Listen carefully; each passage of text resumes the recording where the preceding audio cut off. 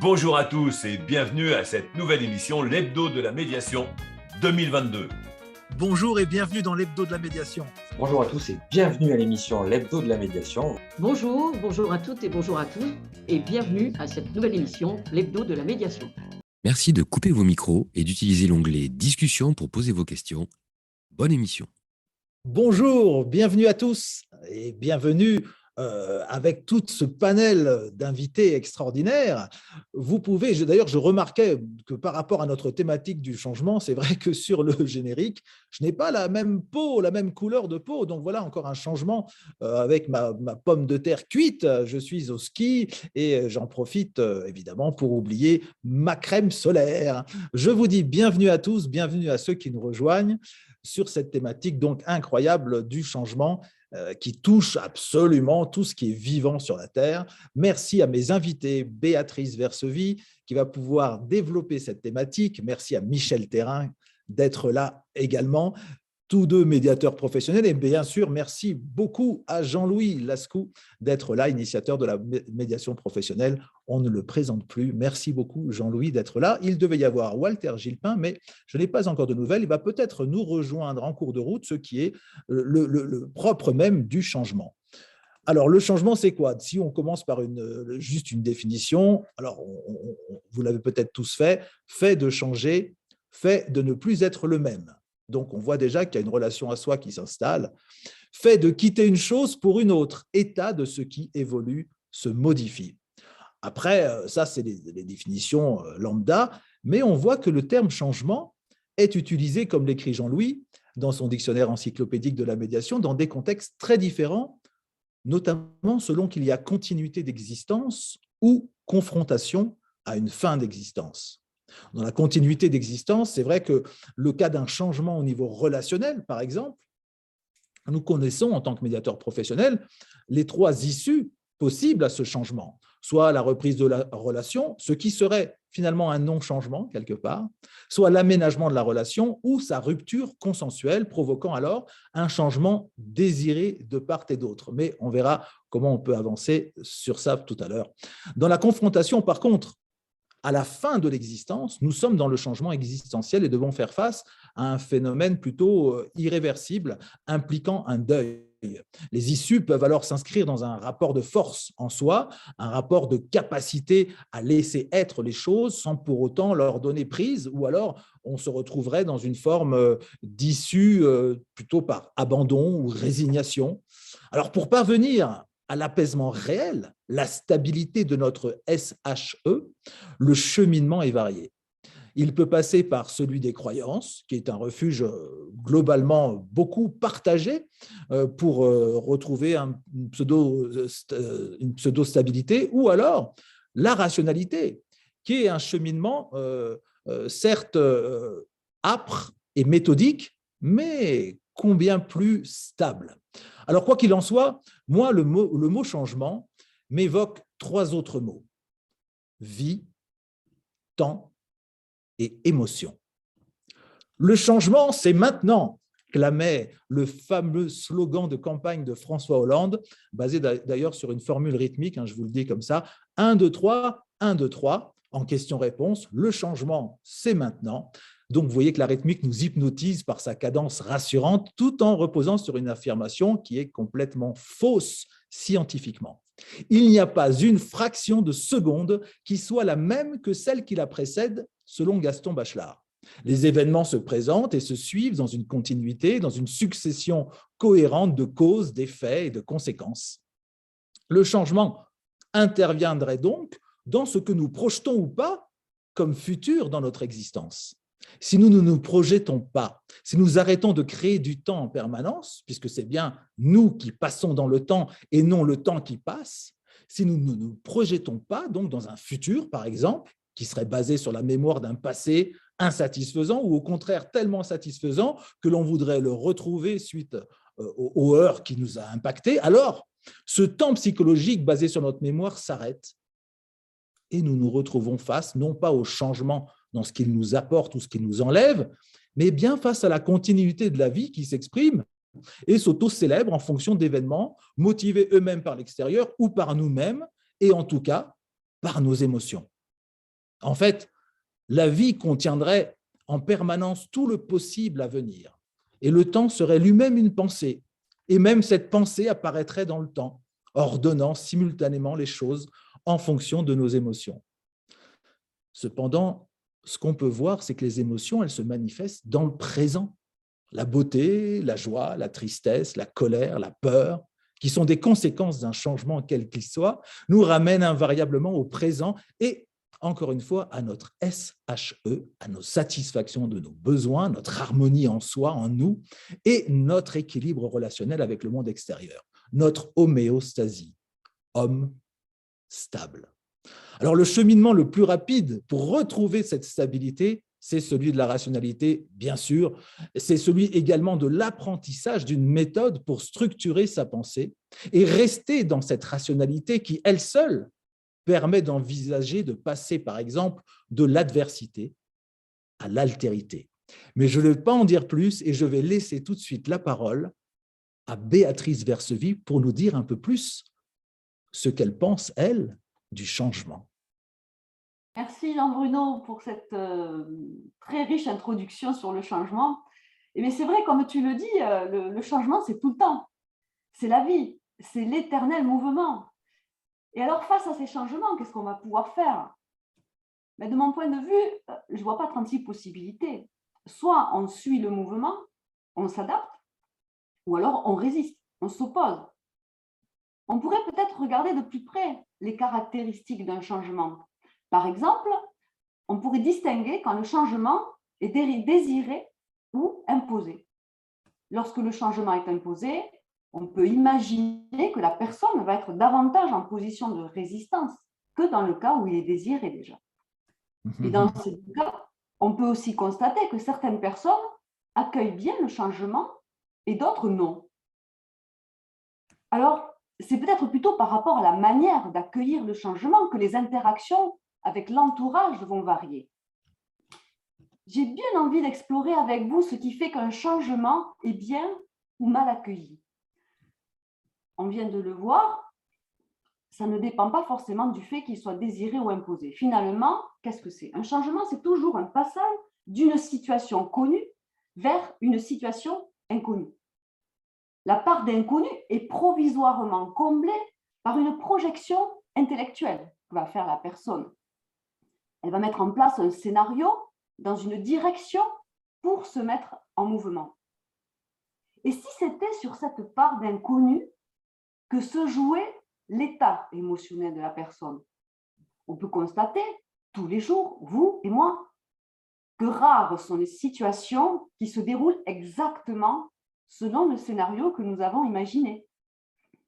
Alors, je vous propose de voir quelle mécanique intérieure se met en musique dans les situations de changement. Alors, en préparant l'émission, je me suis souvenue d'une anecdote personnelle que j'aimerais partager avec vous. C'est un peu léger par rapport à tous les sujets que tu as mis en introduction, Jean-Bruno, mais moi, elle me plaît bien. Donc, je l'ai appelée l'histoire du cornetto au chocolat. Pour vous situer le contexte, en fait, c'est en juillet 2003, une année de grosse canicule. Je ne sais pas si vous vous souvenez de cette année-là. Je suis à 2 semaines d'accoucher de ma fille et je me traîne à la recherche de coins d'ombre, de fraîcheur, quand une envie répressible de cornetto au chocolat m'envahit. Vous savez, le cornetto, là, tout chocolat avec le petit cœur fondant au milieu, là, moi je mange le cornet juste pour arriver à ce cœur fondant, finalement. Bref, donc vous m'imaginez enceinte comme pas possible, avec cette envie irrépressible. Je me précipite au congélateur, il n'y a plus de cornetto. Déterminée à me faire ce plaisir, je prends ma voiture et je me rends de suite au champion du coin. Arrivée devant le rayon, je constate dépitée qu'il n'y a plus de cornetto au chocolat. Désespérément, je cherche un employé pour lui demander si par hasard il aurait en réserve des cornettos. Donc je croise un jeune saisonnier et je lui explique mon souci. Alors je le vois d'abord arrêter son regard sur mon gros ventre, l'air compatissant, et il s'empresse d'aller voir dans la réserve. Au bout d'un certain temps, qui me paraît quand même assez long, il revient très embarrassé. En fait, il n'y a plus de cornetto au chocolat dans la réserve. Donc, voilà une situation très simple de tous les jours finalement, qui confronte une personne en quête de plaisir tout simplement dans une succession de changements. Au départ, le changement est désiré. Je me mets en mouvement, je vais chercher ce cornetto, une envie gourmande de me faire plaisir, me motive dans cet élan. Et donc, je vais chercher à satisfaire ce besoin à l'extérieur. Si on marque un arrêt déjà à ce moment-là, on va constater qu'avant l'action vers l'extérieur, il y a une mécanique de réflexion qui s'est mise en place, une stratégie élaborée pour satisfaire ce besoin. D'abord, je vais regarder dans mon congélateur. Mais premier changement de scénario qui n'est pas désiré, mon congélateur est vide. Deuxième stratégie, je vais approvisionner le congélateur. Et donc, nouvelle adaptation au changement pour rester dans cet objectif initial, je vais trouver un fournisseur. Deuxième changement de scénario, non désiré, pas de glace dans le magasin. Donc, on voit bien que la mise en mouvement dans la recherche de satisfaction du besoin met dans la personne dans un contexte totalement inconnu face aux situations qu'elle rencontre. Et lorsque la réponse de l'extérieur satisfait ou pas le besoin, le facteur émotionnel est plus ou moins bousculé. Quand je ne trouve pas de glace dans mon congélateur, je commence à me tendre un peu. Je prends conscience qu'il va falloir que j'attende avant de me faire plaisir. En plus, avec cette chaleur, il me faut prendre la voiture. Bref, pas top. Puis, quand je me trouve devant le rayon, devant la déception, deuxième déception, que je constate que le rayon est vide. Et enfin, troisième déception, lorsque le vendeur me dit qu'il n'en a pas en réserve. Autant dire qu'à ce stade, la perspective de manger cette glace rapidement est fortement compromise. L'aventure du changement est beaucoup moins agréable à vivre que je ne l'avais imaginé au départ. Alors, qu'est-ce qui se passe en soi dans toutes ces phases ascenseurs émotionnelles et quelles sont les réactions possibles qui peuvent en résulter? En fait, la nécessité de satisfaire un besoin émotionnel est plus forte que tout. L'humain est prêt à tout pour satisfaire un plaisir. Cette recherche d'homéostasie dont tu as parlé, Jean-Bruno, au départ, va finalement enclencher toute une mécanique de compensation, de mise en veille pour assurer la stabilité du système intérieur de la personne.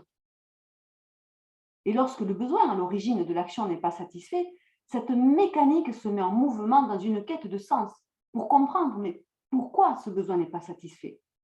Et la réflexion va s'opérer pour définir la stratégie à établir pour rétablir une harmonie intérieure, une stabilité.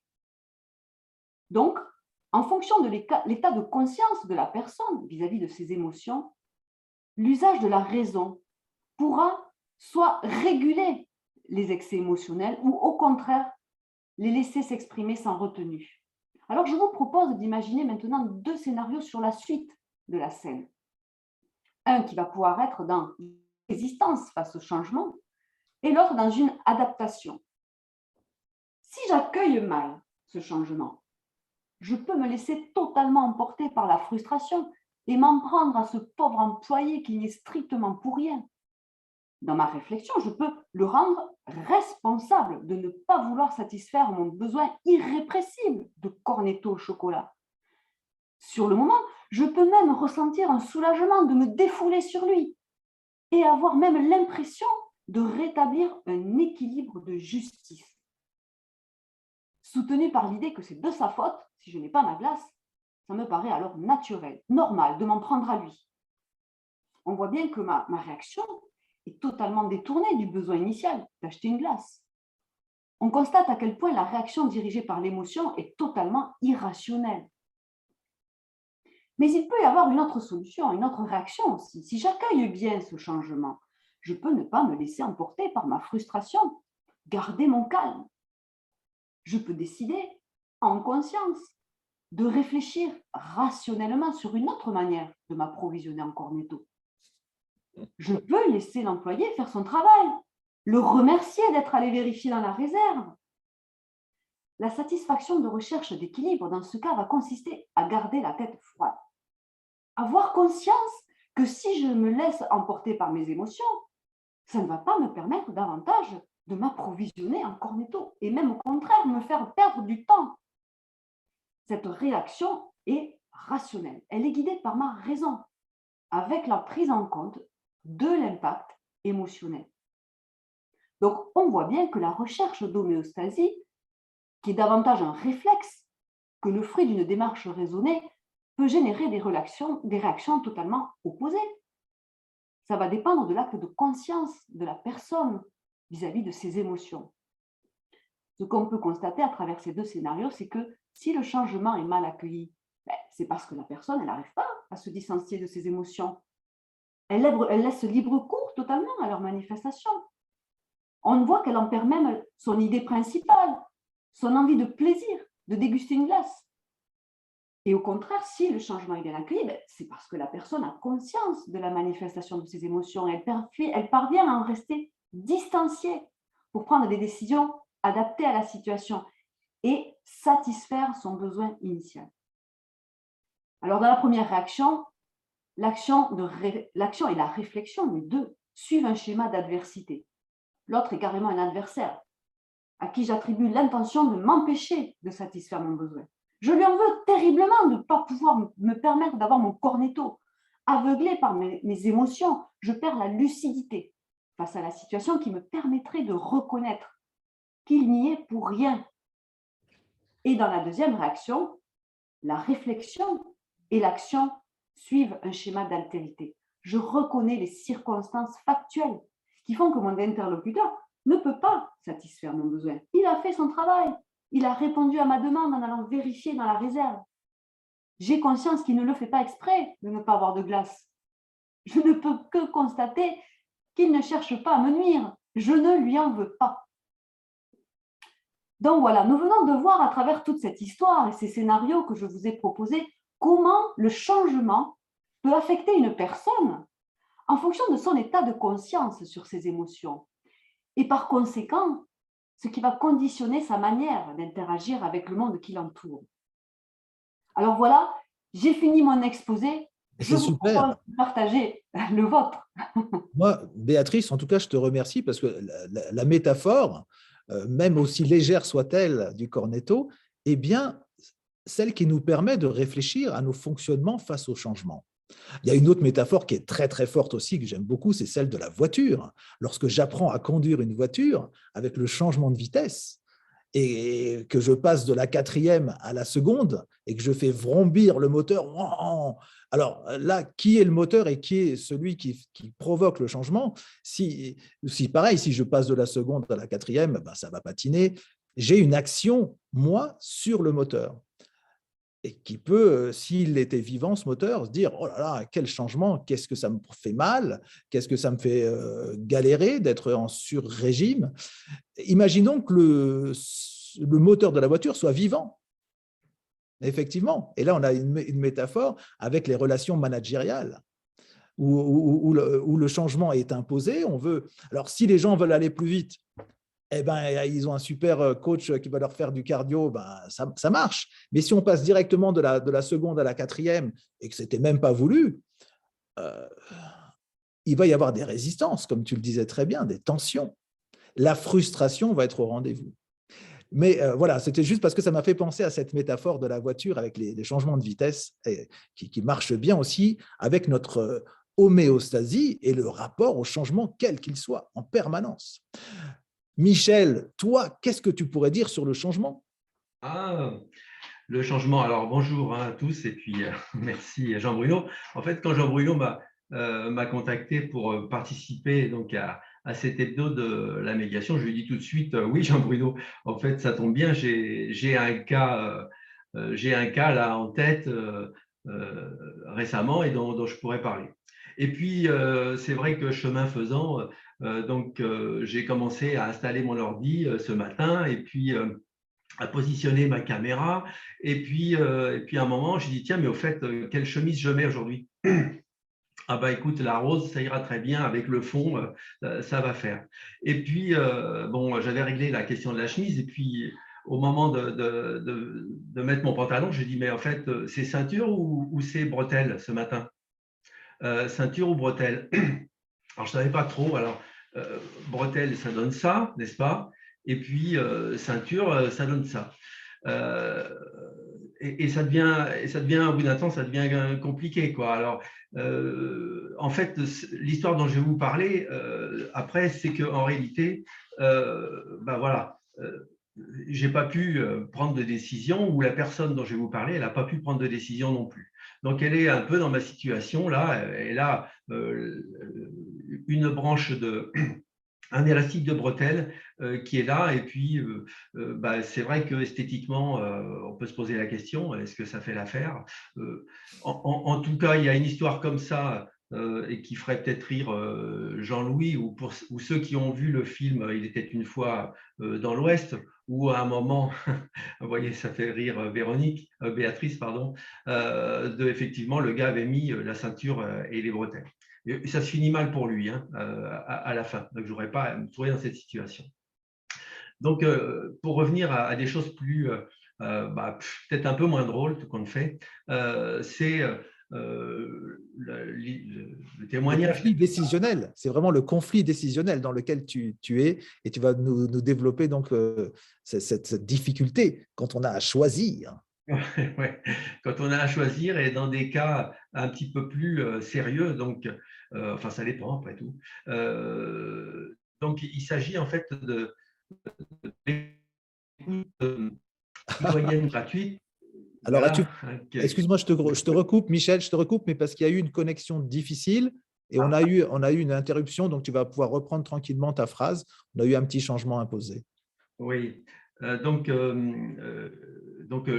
l'idée, c'est de témoigner sur le principe de l'écoute gratuite, l'écoute citoyenne que la Chambre professionnelle de la médiation et de la négociation a mis en place il y a de ça quelques mois, dans la situation de Covid assez tendue que nous connaissions.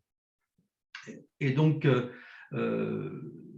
les personnes ont continué donc à appeler, et j'ai donc eu une personne pendant 1 heure environ qui m'indiquait que pour elle c'était compliqué parce qu'elle venait du milieu hospitalier et qu'elle s'était trouvée confrontée à un moment à devoir décider si elle se ferait injecter donc dans le bras le produit qui lui était proposé en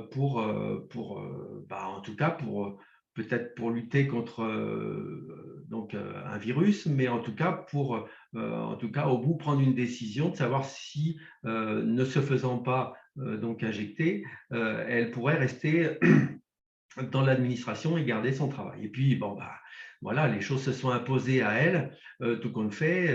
Elle a pris la décision de ne pas se faire injecter, et puis elle s'est retrouvée au chômage sans indemnité du jour au lendemain et ne sachant plus quoi faire. Et c'est là que tu l'as eu au téléphone? C'est à ce moment-là? Voilà, donc c'est à ce moment-là que je l'ai eu un petit peu après, hein, parce qu'elle a pris connaissance de l'existence de notre opération, quelque part.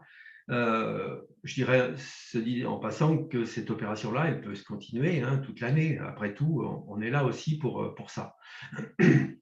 Pour aider les gens dans les moments où ils auraient un questionnement, et un questionnement qui les amènerait dans une sorte d'impasse, quelque part, ne sachant plus vraiment, dans une période de doute, si, ma foi, ce doute, en fait, le doute, il n'y a peut-être pas qu'un doute en réalité, il y a un doute qui est plutôt lié à l'émotion, puisque c'est cette émotion-là qui l'avait amené à m'appeler, cette émotion qui la submerge et qui l'empêche peut-être à un moment de pouvoir prendre des décisions.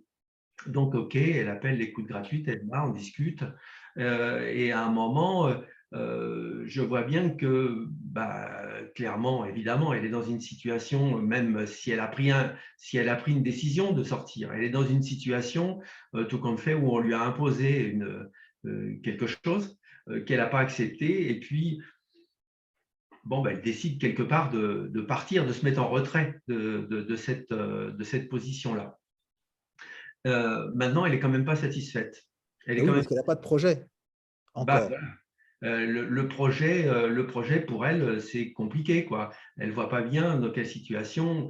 Alors, sa situation, c'est quoi? C'est soit elle s'entête à considérer que la mesure qui est prise à son encontre, elle est injuste, et que tout compte fait, elle est victime d'une situation qui lui est imposée par son employeur, et tout compte fait qu'elle va se battre par tous les moyens, peut-être même en passant par le judiciaire, pour, entre guillemets, que justice soit faite, hein, parce que là, elle est dans cette position-là. Et puis, elle avait envisagé une autre solution, c'est en fait à un moment de se soumettre à la décision qui lui était imposée et de se positionner en attente, voir des situations qui pourraient s'améliorer ou peut-être, tout compte fait, se dégrader. Et puis, dans cette situation-là, elle a évoqué clairement, en utilisant ces mots, voilà, je vais peut-être pouvoir prendre ma revanche à un moment. Et encore mieux, si j'avais l'occasion de retourner dans cette institution, dans cette administration, je pourrais, en fait, oui, qu'est-ce que je pourrais faire? Ah ben, en fait, ce que je voudrais, c'est pouvoir décider par moi-même. Mais au préalable, il fallait qu'elle retourne dans l'administration, que l'administration lui offre cette possibilité-là. Et donc, je dirais que mon histoire, elle se termine, enfin, quelque part, elle se termine là, parce que la personne, elle ne peut pas, pour l'instant, retourner dans l'administration, elle ne peut pas prendre sa revanche. Donc, comment elle pourrait faire? Alors, bon, moi, je lui ai proposé quelque chose en attendant, puisqu'on n'avait qu'une heure, hein. En fait, on pourra peut-être envisager avec elle autre chose, mais pour l'instant, je lui ai proposé une solution en disant, voilà, vous pourriez peut-être envisager à ce moment-là de réfléchir d'une manière un peu plus construite, un peu plus rationnelle, parce qu'en fait, quand vous vous adressez à un médiateur professionnel, c'est tout à fait ce qu'il va vous proposer. Il va vous proposer d'envisager les choses plutôt de manière rationnelle, parce que la part d'émotion qui est en vous, peut-être elle trouble la vision et elle trouble la possibilité de clarifier la situation. Donc, en gros, quel serait votre intérêt de rester dans cette situation, de ne pas se faire injecter ce produit, ou en fait, qu'est-ce que vous pourriez gagner dans cette situation, mais également, qu'est-ce que vous pourriez perdre? Donc, je l'ai rappelé récemment et puis elle me dit, en fait, j'ai la feuille là devant moi et tout, mais je ne parviens pas encore à pouvoir décider par rapport à ce que vous m'avez proposé. Et donc, il est convenu que je puisse rentrer à nouveau en contact avec elle lors d'un rendez-vous pour l'aider à choisir, pour l'aider à se positionner sur les intérêts de rester dans cette situation ou au contraire d'envisager un autre projet qui lui permettrait comme vous l'avez évoqué tout à l'heure, aussi bien Béatrice que Jean-Bruno, qui lui permettrait de satisfaire ses besoins d'harmonie, ses besoins son besoin tout court dans la relation qui la rapproche de son métier. Et puis, qu'est-ce qu'elle pourrait en fait trouver comme satisfaction dans les décisions et retrouver un équilibre et une homéostasie, comme tu l'évoquais tout à l'heure, qui l'aiderait, parce que tout compte fait, elle a pris une décision, mais cette décision aujourd'hui de s'exclure de cette organisation, elle ne la satisfait pas. Ce que tu dis, Michel, c'est quand même que tu as évoqué le raisonnement aporétique. Donc, est-ce que tu l'as vraiment fait de manière systématique, avec ce qu'elle aurait à gagner à vouloir prendre sa revanche, par exemple, sur le plan judiciaire, à attaquer les personnes qui l'ont mise à pied, l'État? Est-ce que tu l'as fait réfléchir sur les différentes questions du raisonnement aporétique et avec une réponse à chaque fois vis-à-vis de chaque question? Est-ce que vraiment tu as pu réussir avec elle à l'accompagner dans ce raisonnement aporétique? Alors, je suis désolé, Jean-Bruno, mais je vous avais perdu. Oui, j'ai vu ça. Tu veux que je te redemande? Je ne sais pas si ça a duré longtemps. Est-ce que tu as entendu ce sur quoi j'évoquais? Ça m'arrange.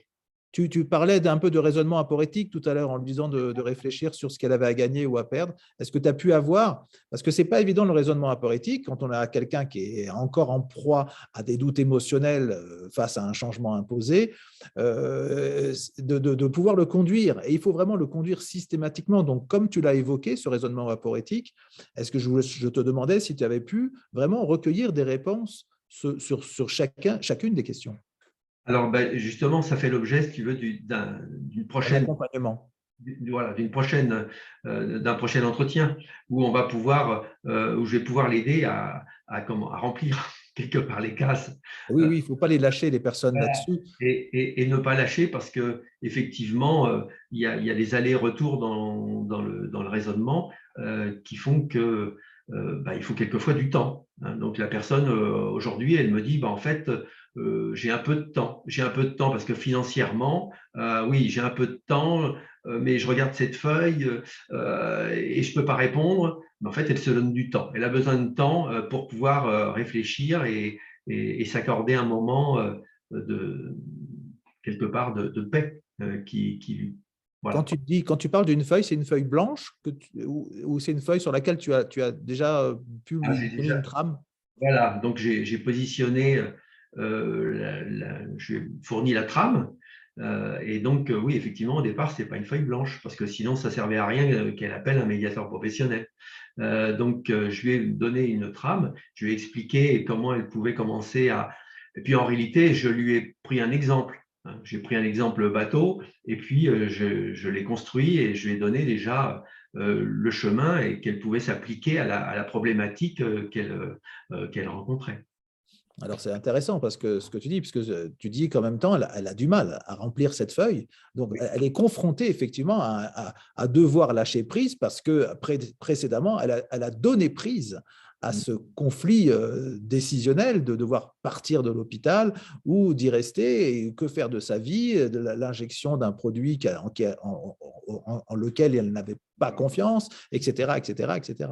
Donc, effectivement, on voit que c'est dur. C'est plus dur finalement, peut-être, de devoir lâcher prise et de se poser ces questions du raisonnement aporétique que de faire attention à ne pas donner prise à chaque instant. Donc l'homéostasie comme un repère permanent à ce qui nous intoxique ou pas, ce qui nous produit finalement des sécrétions émotionnelles. Et ça, effectivement, pour accompagner quelqu'un qui est déjà bien pollué, entre guillemets, c'est un vrai travail de médiateur professionnel. Oui, Merci. je rajouterais juste simplement, Je t'en prie, vas-y. Si tu veux que quand mon intervention, enfin mon contact avec cette personne, elle est dans un environnement, cette dame, puisque c'est une dame, un environnement qui effectivement contribue à produire de l'adversité. Ah. Et donc, dans ce champ-là, pour elle, pour cette personne, c'est quand même compliqué de pouvoir s'extraire de cette ambiance et puis de continuer sur une autre voie qui lui est personnelle. Voilà, c'est tout. Eh ben, merci beaucoup. Et justement, on a un spécialiste ici du changement qui a eu une expérience bien plus longue et large que la nôtre et qui a même permis d'identifier énormément de concepts sur cette thématique du changement. C'est Jean-Louis. Salut Jean-Louis, tu vas bien?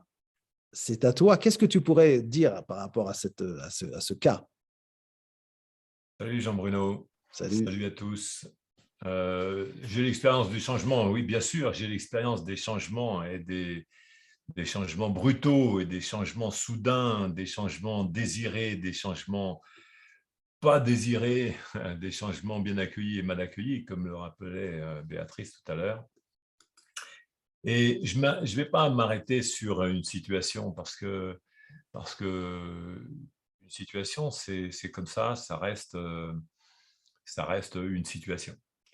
Ce que je voudrais dire, puisque là, c'est l'occasion de parler du changement, on est dans une situation politique, sociale, où on peut parler de changement, où on peut parler de situations où il y a des personnes qui aspirent vraiment à un changement profond de société. Alors, ça veut dire quoi?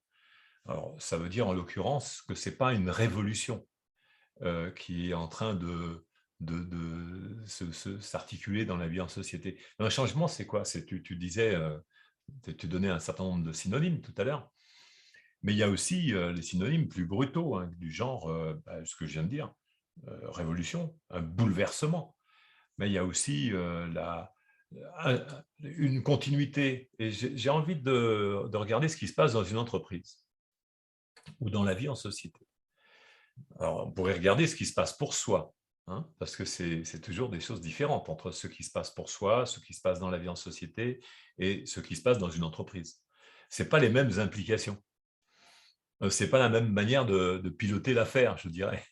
Hein, quand, par exemple, vous apprenez que votre conjoint est en train de changer de partenaire de jeu, là, vous pouvez vous dire qu'il va y avoir du changement dans votre vie personnelle. Maintenant, s'il y a un changement entre Hollande et Sarkozy et Macron, il n'y a pas de changement véritable. Donc, et au contraire, il y a peut-être une aggravation d'une situation par l'entretien du phénomène. Hein.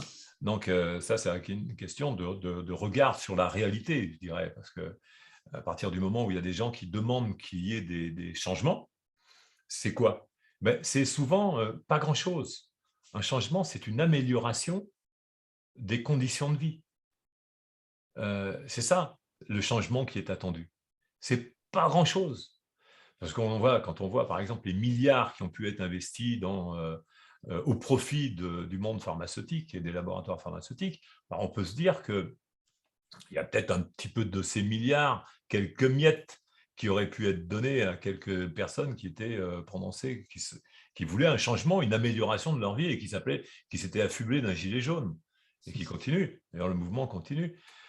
Et donc, je ne sais pas si tu as vu, mais Pfizer vient de se faire condamner à payer 10 milliards.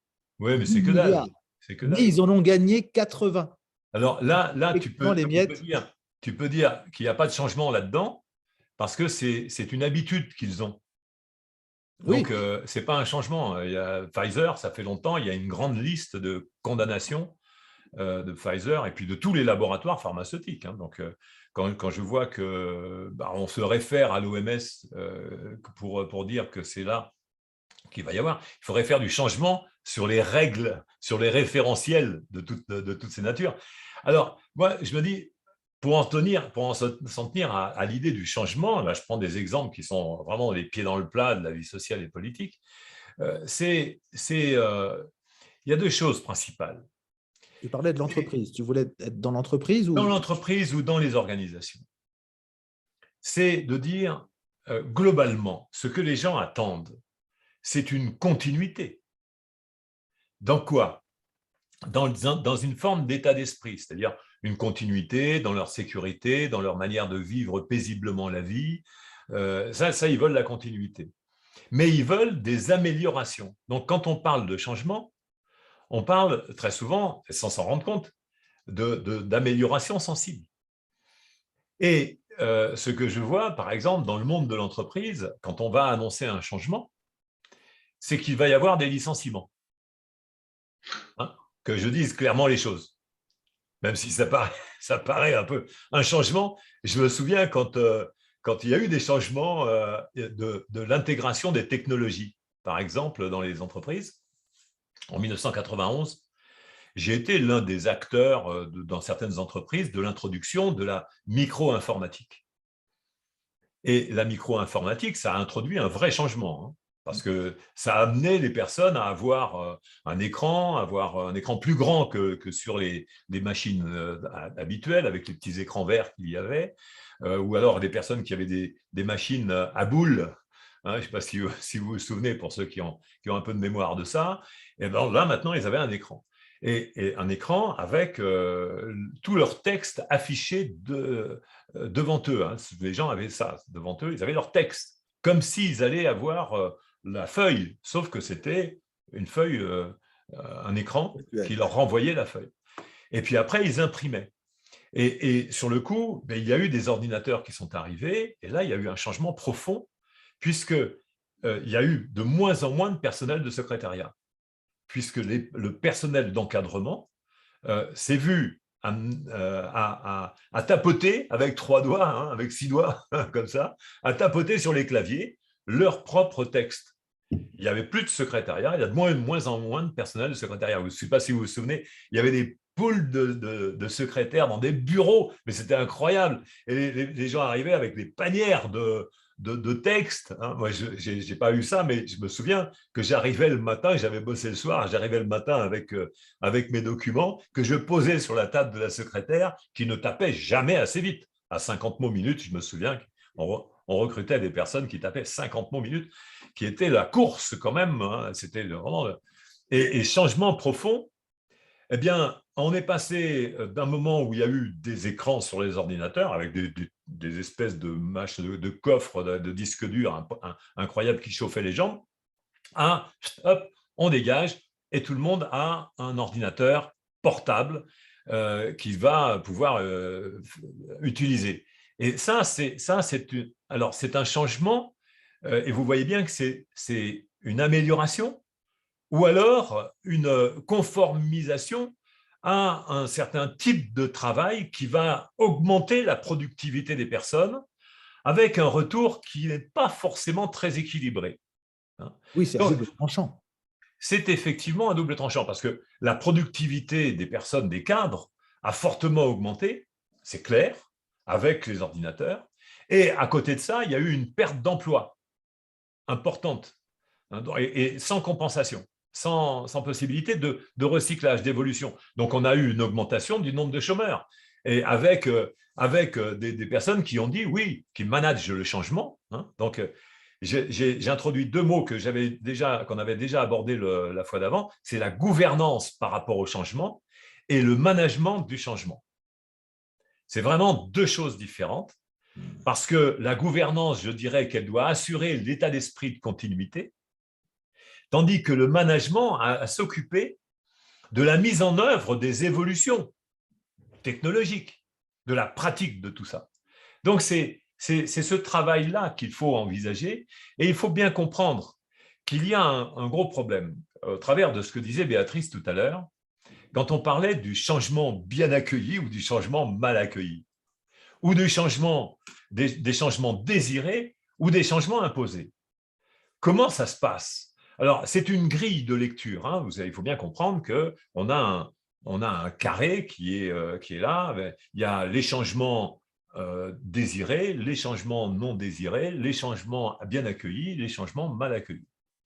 Alors, c'est ce que j'ai formalisé, c'est ce que j'ai conceptualisé à un moment donné dans une réponse par rapport à des approches du changement qui étaient quand les gens ne veulent pas suivre un changement pilotés par la direction, ça veut dire que ce sont des gens qui ne sont pas adaptés à l'évolution des pratiques d'entreprise et l'évolution des technologies, etc.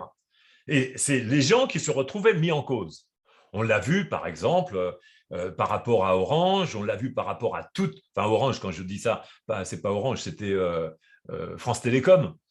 Hein, quand on a vu tous les gens qui ont été fortement affectés. J'ai piloté aussi, moi, des accompagnements du changement dans les boîtes dans des boîtes économiques, hein, dans des boîtes de crédit, dans des boîtes bancaires. J'ai piloté ça dans les années 90 et avec aussi des SS2I qui étaient en train de fusionner. Et c'était l'une des approches que j'avais de la forme de… J'étais consultant en médiation, je disais, à l'époque, et je pilotais des changements. Tu étais l'assouplissant. Tu étais l'assouplissant dans la machine à laver. Oui, c'est pas gentil, mais c'est la vérité. C'est la vérité. Parce qu'en fait, l'assouplissant, c'est même plus vulgaire que ça. J'ai piloté et j'ai accompagné. Je sais qu'il y a encore des consultants qui font ça. Et je suis heureux de m'en être sorti et d'avoir conceptualisé d'autres choses parce qui sont plus dans le sens de l'esprit, de l'humanité, de l'altérité, de l'entente, etc., plutôt que de servir et de s'asservir à des modèles où le sens de la vie serait une affaire de gestion économique. Là, c'est le gros problème auquel on est confronté aujourd'hui, c'est que quand on parle de changement, on fait tout de suite rentabilité par rapport à ce changement. Combien ça va rapporter ? C'est pas qu'est-ce que les gens vont pouvoir être plus heureux, mais c'est combien ça va me rapporter de pognon. Et si jamais tu as l'audace de dire, mais alors jamais, on va introduire la qualité relationnelle en entreprise. Alors, il y a toujours un mec qui est là, vachement plus intelligent que les autres, et qui dit « Ah, oui, mais combien ça rapporte ?» Mais attends, il faut juste lui faire un enfer de sa vie pour qu'il comprenne combien ça va rapporter. D'être heureux, d'être bien. Il faudrait juste, à chaque fois qu'il y a quelqu'un qui dit « Il faudrait penser à la rentabilité de cette affaire. » Oui, ben, dis-moi, fais une expérience de misère d'existence. Je vais t'en proposer une, tu vas juste faire une expérience de ne pas bouffer dans un pays où les gens crèvent de la dalle. Tu vois ? Et c'est ça le problème, c'est que là, ça serait un changement brutal. Et ils sauraient ce que c'est que le changement. Aujourd'hui, il y a un manque d'éthique par rapport à la conduite, au pilotage des changements, où on impose des choses qui ne sont pas forcément des évolutions, qui sont parfois même carrément des régressions. Et on dit aux gens, mais comment ça ? C'est pour améliorer la productivité. Et c'est ça la grande obsession aujourd'hui de notre système social, de notre système de gouvernance. La gouvernance n'est plus une gouvernance centrée sur une préoccupation de liberté, comme on peut le dire d'éminents orateurs. Hein, je pense à cet avocat qui avait parlé du rapport entre la liberté et la sécurité, quand il dit ce que tu mets en premier lieu, si c'est la liberté et que tu mets en deuxième la sécurité dans ton discours, eh bien, en fait, c'est de sécurité dont on veut parler. Ce n'est pas de liberté. Et si tu mets la sécurité en premier et la liberté en second, eh bien, en réalité, là, c'est curieux, mais ce que tu mets en second, c'est bien ce dont tu veux parler. Et c'est ça, la gouvernance a comme responsabilité de promouvoir une continuité, un entretien, un perfectionnement dans l'amélioration de nos vies. Et le management a le devoir de piloter la mise en œuvre de ces aspirations-là. Donc, ce que je dirais, Jean-Bruno, c'est que les modèles qui sont utilisés pour pouvoir parler du changement aujourd'hui ne sont pas des modèles qui permettent réellement d'avoir une conscience de ce qu'est le changement. Je dénonce ici l'utilisation du modèle de Kubler-Ross, d'Elisabeth Kubler-Ross. Excuse-moi, Béatrice, j'allais dire, tu m'as vu arriver, mais c'est Elisabeth Kubler-Ross qui a créé un modèle qui a été récupéré abusivement dans le champ de l'entreprise et que les entrepreneurs utilisent en pensant que c'est la bonne vérité. Mais c'est faux. C'est un fake de l'intelligence. Et il faut arrêter d'utiliser ce genre de modèles qui ne sont pas réfléchis. Il faut balayer ce genre de concept parce qu'ils reposent sur des idées qui sont fausses. Par exemple, le décès, la mort de quelqu'un, n'est pas un changement. Ça peut paraître, on va me dire, mais si, c'est un changement d'état, etc. Oui, mais ce n'est pas ça. C'est fini. C'est-à-dire, un changement, il y a une continuité, si vous m'avez bien compris. Dans un changement, il y a quelque chose qui continue. Et là, ce n'est pas un changement, c'est une rupture définitive. Vous ne verrez plus parler, vous n'entendrez plus cette personne qui est décédée. Donc, ce n'est pas un changement, c'est une rupture définitive, sans retour possible. Tandis que le changement, il nous permet de continuer quand même quelque chose. On continue de voir ce qui va se passer et ce qui se passe.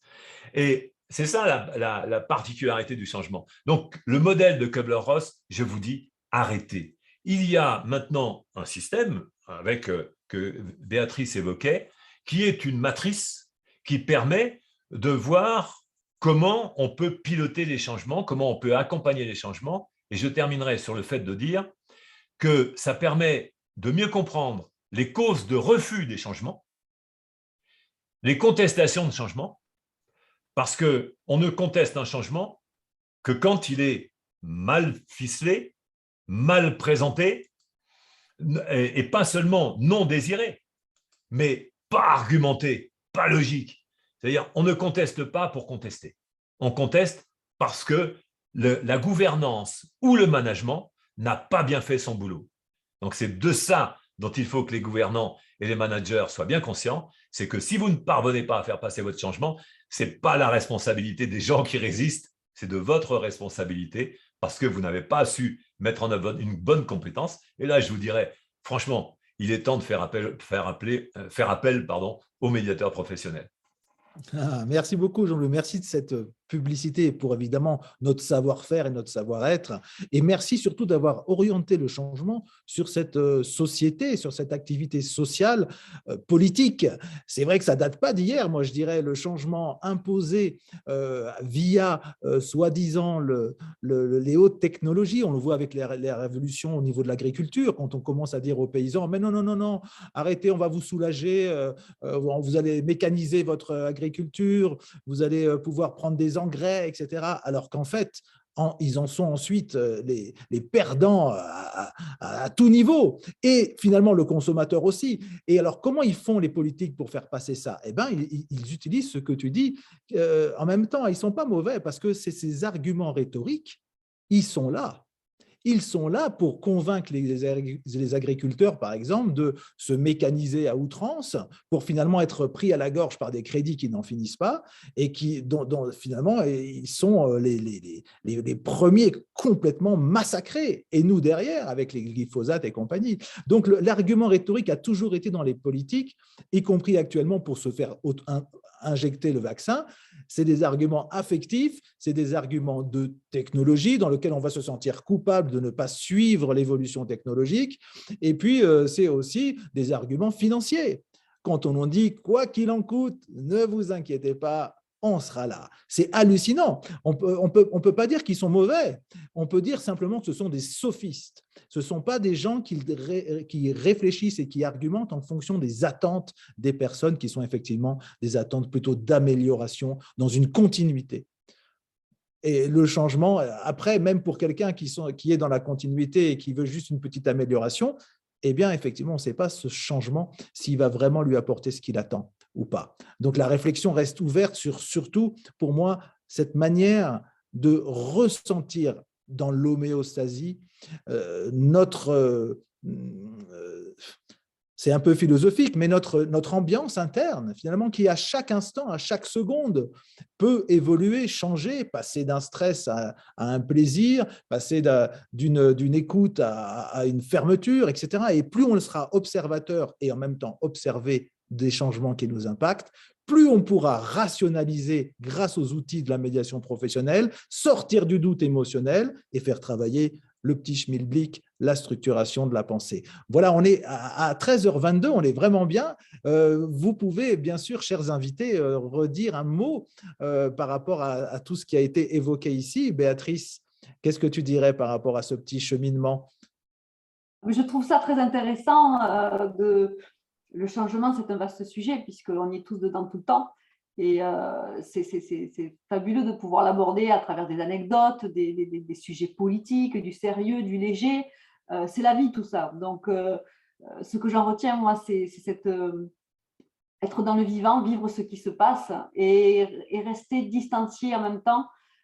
Donc, moi, je parle d'acteur et spectateur dans le propos.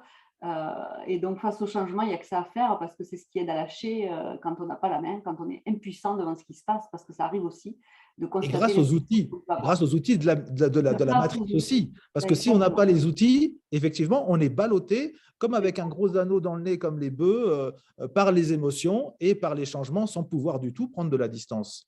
Donc, effectivement…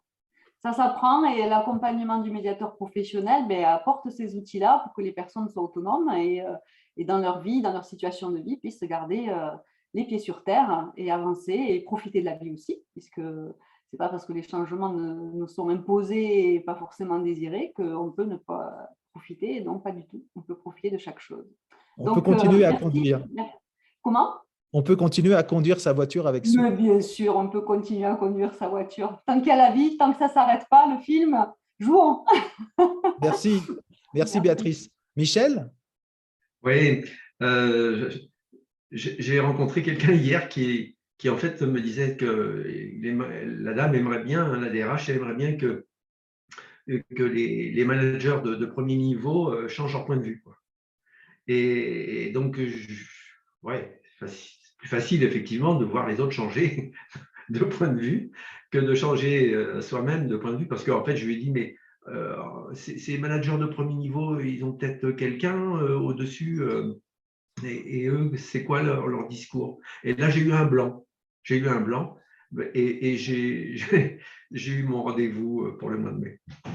Tu vas pouvoir les emmener à se former, les inviter à se former. Bien sûr, parce que là clairement, et la discussion qu'on avait eue, qui a duré peut-être 1 heure auparavant, elle a été tout le temps positionnée sur tout un tas de choses qui se passent et qui illustrent le changement pour cette entreprise, qui sont de l'ordre de ah oui, on a fait ça pour telle chose. Oui, on rentre dans la réglementation. On a pu construire parce qu'il y a des obligations, clairement, quoi. Mais quand on est arrivé tout à la fin sur la qualité des relations dans l'entreprise, et là, c'était plus compliqué, quoi. C'était plus compliqué. Le discours était nettement moins fluide. La personne était brillante, hein, je trouvais brillante dans ses… Et là, le discours était un petit peu plus alambiqué. Voilà. Ah oui, c'était une voiture de course. Ben Ce oui. que tu proposais, c'était une voiture un peu difficile à piloter, là, tout d'un coup. Exactement. Merci beaucoup à toi, Michel. Alors, juste avant de donner le dernier mot à Jean-Louis, j'aimerais juste vous parler de la prochaine émission mercredi prochain. J'ai su pendant cette émission que Walter n'était pas là dû à une intoxication alimentaire. Il sera content, il déballait sur sa problématique. Il n'est pas bien. Il est vraiment pas bien et c'est la raison pour laquelle il n'a pas pu nous faire profiter de sa réflexion sur le changement via la médiation professionnelle. En tout cas, merci à vous d'avoir encore été là. La semaine prochaine, je disais, c'est mercredi 13. Penser ou réfléchir. Annie Lascaux, avec ses invités, décortiquera. Vous verrez que c'est dans la continuité, évidemment, encore du changement. Hein. Tout se passe à l'intérieur et comment structurer tout ça. On est évidemment aussi, on sera impatient de voir s'il y a eu du changement, politiquement parlant, en tout cas après le premier tour. Donc voilà, je vous donne rendez-vous mercredi 13 prochain pour penser ou réfléchir par Annie Lascaux. Jean-Louis, c'est à toi. Une petite phrase avec ton micro rebranché, ça sera mieux. Tout à l'heure, je n'ai pas donné d'exemple. Merci Jean-Bruno. Tout à l'heure, je n'ai pas donné d'exemple sur le changement, mais je vais vous en donner un.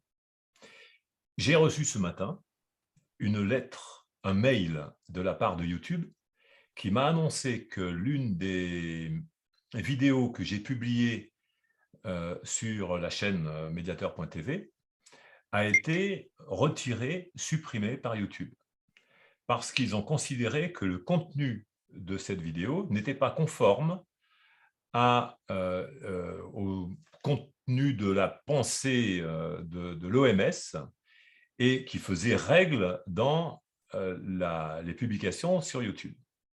Alors, c'est quoi cette vidéo ? Cette vidéo, c'est l'interview d'un avocat qui s'appelle Jean-Pierre Joseph, qui était avocat de Grenoble et qui a publié un bouquin en 2013, je dis bien un bouquin en 2013, sur les vaccins et sur les phénomènes secondaires qui ne sont pas considérés comme étant importants sur la vaccination, quelle qu'elle soit. Et donc, il a publié un bouquin sur le sujet. Et je l'ai interviewé, c'est vrai, il y a à peu près 1 an, sur le sujet. Et donc, la vidéo était sur la partie librement.tv de la chaîne qui s'appelle Mediator.tv. Et donc, ils m'ont informé là que j'étais sanctionné, qu'on est sanctionné sur YouTube, qu'on ne peut pas publier pendant 1 semaine et qu'on ne peut pas retransmettre en direct le live qu'on est en train de faire aujourd'hui. Donc, c'est pour ça qu'il est passé sur Facebook. Nous sommes dans le sens d'une interdiction temporaire, c'est ça? Oui. Sauf que la chaîne n'est pas fermée. Si on recommence encore 2 fois, là, on sera sanctionné. Il n'y a pas de discussion. Hein. Donc, j'ai tout de suite fait appel parce qu'ils m'ont demandé si je voulais faire appel. J'ai tout de suite fait appel en disant « Ouais, le mec, il a publié son bouquin en 2013, donc il n'a fait que parler de son bouquin. » Et donc, il a fait un parallèle, évidemment, avec la situation, mais il a fait que parler de son bouquin. J'ai été attentif à ça, d'ailleurs. Et donc, c'était le changement, vous voyez, le changement, il était quand même brutal. J'ai fait appel et dans les 5 minutes qui suivaient, ils m'ont dit qu'ils avaient examiné très soigneusement mon appel et qu'ils avaient considéré qu'ils maintenaient leur position. Donc, en 5 minutes, quand même, très soigneusement. Hein. Donc, bon, c'est vrai que sur le coup, ça m'a mis un peu en colère. Hein, et je me suis dit, qu'est-ce que je vais faire? Je vais quand même peut-être prendre des mesures. Qu'est-ce que je vais pouvoir faire? Alors, tout de suite, j'ai envie de faire la guerre. Hein. Moi, j'ai envie de sortir la Kalachnikov mentale et tout ce qui est les épées cérébrales, un minimum, hein. Qu'on ne prenne pas ça pour étant des menaces. Attention, c'est juste des métaphores. Quand on transforme les métaphores en menaces, ce serait trop fort. Non, mais c'est dire, mais je vais argumenter, je vais contre-argumenter, et puis je vais plaider ma cause. Je vais même aller devant le tribunal. Quand même, mince, qu'est-ce que c'est que ce truc? Parce que, de toute évidence, il n'y a pas de médiation avec eux. Et ils seraient bien en difficulté pour pouvoir faire une médiation, parce que comment des gens qui sont en train d'examiner des vidéos, ils entendent Covid, machin, et disent, bon, celui-là, il n'est pas d'accord avec la politique gouvernementale, hop, on censure. Donc, il n'y a pas de possibilité d'argumenter face à un cerveau aussi restreint. Je veux dire. Donc, je me dis, c'est vrai que c'est un changement non désiré, non désiré, mais plutôt mal accueilli, hein, si vous voyez ce que je veux dire. Et le changement, peut-être Jean-Louis, ça serait de trouver un autre moyen de diffusion que YouTube. Alors, Michel, là, tu vas trop vite, parce que là c'est l'état d'esprit du médiateur et puis du créatif qui arrive tout de suite. Mais d'abord, faisons l'état des lieux. Comment c'est quoi ce changement qui est brutal? C'est vrai que par rapport à YouTube, ça donne pas envie de soutenir la plateforme, hein, ça donne plutôt envie de la dénigrer, même en l'utilisant. C'est-à-dire, je dénigre, je crache dans la soupe, quoi, autrement dit. Tu vois, c'est ce qu'on peut reprocher à des gens. Alors, on peut dire, mais pourquoi est-ce que tu es si critique par rapport à l'entreprise où tu travailles et que tu continues de travailler dedans? Parce qu'elle me permet certaines choses, parce qu'elle me permet d'avoir un salaire, parce qu'en l'occurrence, YouTube, ça me permet quand même de publier des choses. Mais attention, pas tout. Donc, il va falloir que je sois attentif. Donc, le changement qui a été provoqué, c'est celui-ci. Je n'ai plus évidemment confiance en YouTube, plus du tout, parce que c'est la deuxième fois quand même, il faut que je vous dise, c'est la deuxième fois en 3 ans hein, que j'ai des vidéos qui sont sautées. Donc, la première, je me suis dit, bon, c'est pas grave, j'ai d'autres chats à fouetter et tout, je passe. J'ai même oublié ce que c'était, c'est pour vous dire. Changement récurrent égale énervement un peu plus prononcé. Ben oui, ça continue. Enfin, agression, parce que là, le changement, c'est le changement de relation, en fait. Hein. C'est-à-dire que là, il y a une modification. Le changement, c'est une modification de la relation. Et sans concertation, sans avoir la moindre discussion pour pouvoir le faire. Donc, effectivement, là, il y a une continuité relationnelle, puisque je vous ai dit, il y a YouTube, ça existe toujours. Mais je vais vous dire, ça fait longtemps que je n'ai pas confiance dans YouTube. Donc, j'avais déjà pris une chaîne dupliquée, une chaîne miroir. Michel a dit, il suffit de trouver un autre endroit. Ça fait longtemps, Michel, que j'avais trouvé un autre endroit, que je ne l'ai dit à personne, mais que j'avais mis en réserve, en copie systématique, parce que j'ai compris que les GAFAM, ce n'est pas des entreprises dans lesquelles on peut avoir confiance. Quand ils ont la main comme ça sur un outil qui est la communication entre les citoyens et qu'il n'y a pas d'interférence, il n'y a pas de collège citoyen, par exemple. Hein, moi, je dirais, sur des outils comme ça, il faut impérativement mettre un collège citoyen pour empêcher ces dirigeants d'être les seuls à pouvoir décider de ce qui se passe. Parce que c'est devenu des outils de communication entre les citoyens. Donc, ce n'est plus des patrons de presse qui doivent être dedans, surtout pas. le vrai changement, c'est celui d'introduire des collèges de citoyens qui tournent, hein, parce que ce n'est pas des collèges de citoyens qui vont rester corruptibles à l'envi. Non, parce que ça, c'est toujours délicat. Donc, c'est vraiment des collèges citoyens qui devraient présider à cela et régenter le fonctionnement de ces systèmes-là, et à la fois nationaux, sur le plan national et sur le plan international. Alors, voilà ce que je voulais dire. Donc, pour pouvoir se sortir d'une situation où l'on est contraint, effectivement, de changements non désirés et donc mal accueillis, effectivement, comme le disait rapidement Michel, qui m'a coupé l'herbe sous le pied, il m'a dit « Ouais, vas-y, sois créatif, garçon ». Eh bien oui, c'est bien ça.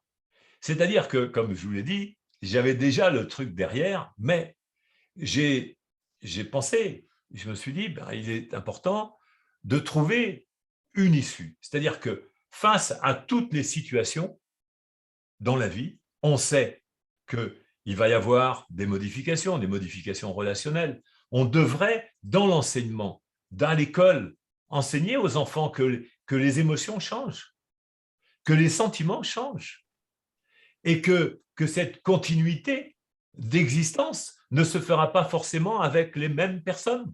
Oui, c'est vrai. C'est vrai que l'amour éternel s'arrête au moment où on en a trouvé un autre.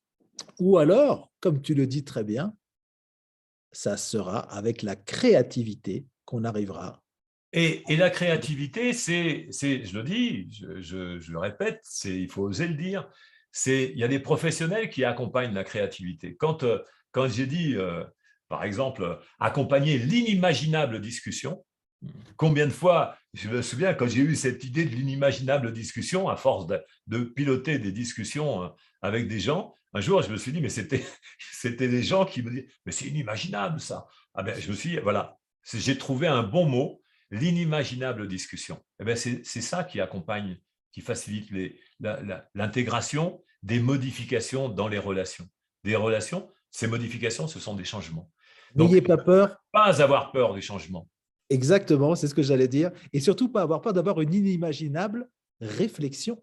Oui, alors, bien sûr que pour pouvoir imaginer qu'on puisse réfléchir, déjà, il faut en avoir fait l'expérience. Je pense qu'il y a beaucoup de gens qui n'en ont pas fait l'expérience. Ils ont fait l'expérience de penser, mais pas de réfléchir. Ah, merci pour la thématique de la prochaine fois, c'est parfait. Merci à tous, merci beaucoup. À la prochaine fois et passez une très belle journée.